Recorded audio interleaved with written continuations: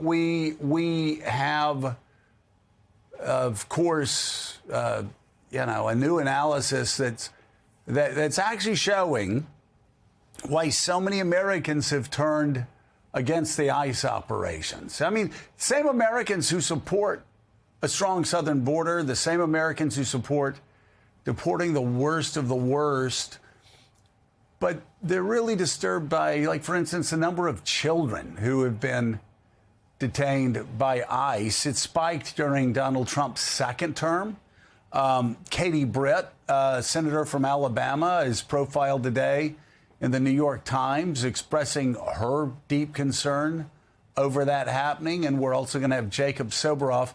He's going to be joining us with his new reporting. We also have, unfortunately, the sad spectacle of what happened yesterday at the National Prayer Breakfast, which is something that has always been, I know the organization. I know the people that set up the organization. The idea has always been to bring people together from different parties, from different countries, from all across the world, and have faith being something that unifies them, that brings them together, that shows the humility of presidents, even when they have the power they have. That didn't happen yesterday. You had the president insulting, of course, some Republicans that didn't go along with him, insulting Democrats, suggesting that nobody could be a Christian.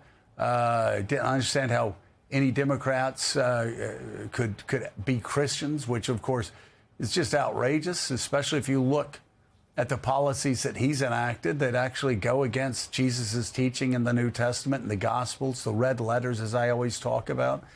So you have that. You have 1,000 different explanations for what's going on in Georgia. They change their story every day on Tulsi Gabbard.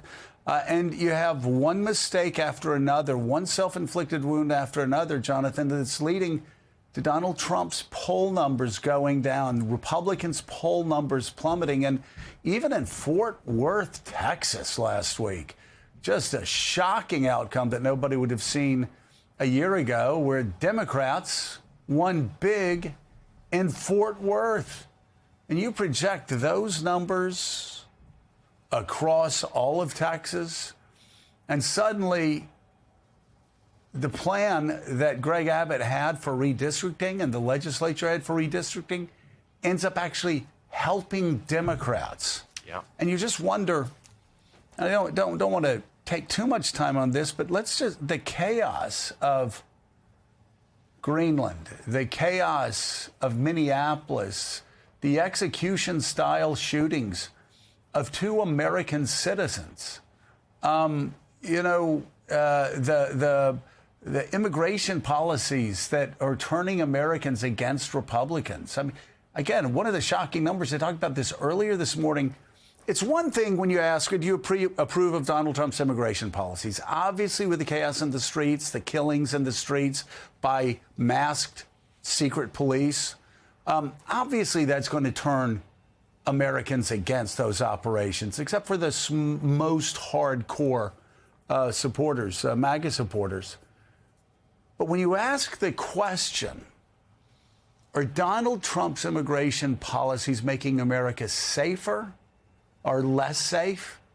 And the majority of Americans are saying that they're actually making the country less safe. Man, that should be such an alarm to Republicans in Washington, D.C., who said, we have to save ourselves. We have to save our party. We're going to get wiped out this fall. But absolutely no appreciation of it. Again, this is one of the most stunning polls, I've got to say, I've seen over the past year. Is the Trump administration's approach to immigration making the country more safe? Only 35%. Less safe? 51%. And you go over all the way to the right and you look at those independents. That's the center of America. Those are the people. And just let's keep this up.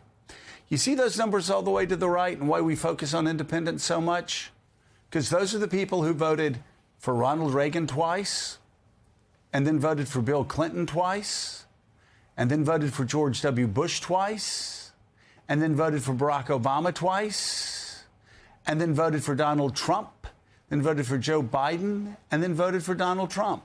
And those independents who were deeply offended by the open borders policy during the Biden administration are now just as deeply offended, or possibly even more offended, by the policies of Donald Trump. And when you only have 29% of independents saying his immigration policies are making the country more safe, and 54% are saying less safe, that is something that should serve as a wake-up call for Republicans on Capitol Hill. And even if they don't have the inner morality to do what's right, to protect Americans and protect migrants in the streets of this country, you would think at least for cynical political purposes, they could bring themselves to standing up to these disastrous policies.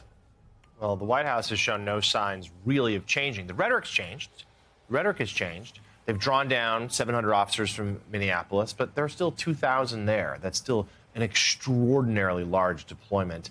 We have not seen much in the way of actual changes there. Residents of Minneapolis are talking about how they're still seeing these agents about. We've played video just a couple days ago about a car approached by masked men with their guns drawn.